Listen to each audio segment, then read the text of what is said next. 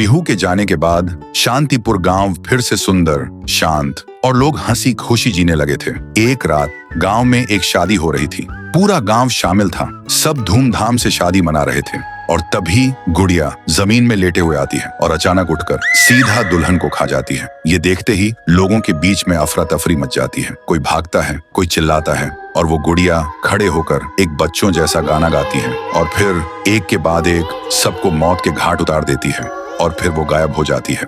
गांव फिर से कांप उठता है। सुबह सब लोग इकट्ठा होते हैं और कहते हैं वो भूखी लड़की वापस आ गई है। इस बार एक गुड़िया बनके लोग घुटनों के बल गिर जाते हैं और रो रो कर कहते हैं, हे भगवान हमें बचाओ। तभी गांव का मुखिया आता है और गुस्से में कहता है, चाहे वो कोई भी हो, है तो एक गुड़िया ही ना, आज रात मैं उसे खुद गांव से निकालूंगा। फिर रात के ठीक 2:30 बजे मुखिया अपने 2 चेलों के साथ गांव के बीच खड़ा होता है और फिर वही धुआं छा जाता है और वही आवाज, वो गुड़िया धुएं से निकलती है और सीधा मुखिया के पास चल के आती है।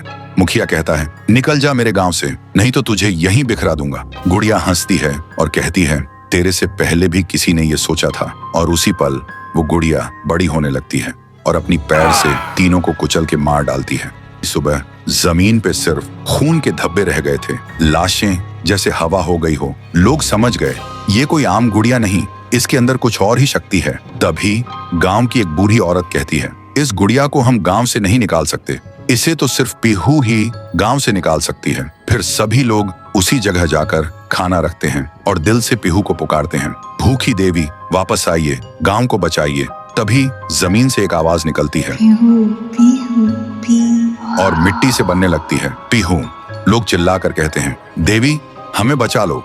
फिर रात होती है। वो गुड़िया गाना गाते हुए आती है, लेकिन अचानक पीहू उसके सामने आ जाती है। गुड़िया रुक जाती है। पीहू उसे पकड़ने जा रही होती है, लेकिन गुड़िया हवा में उड़ जाती है।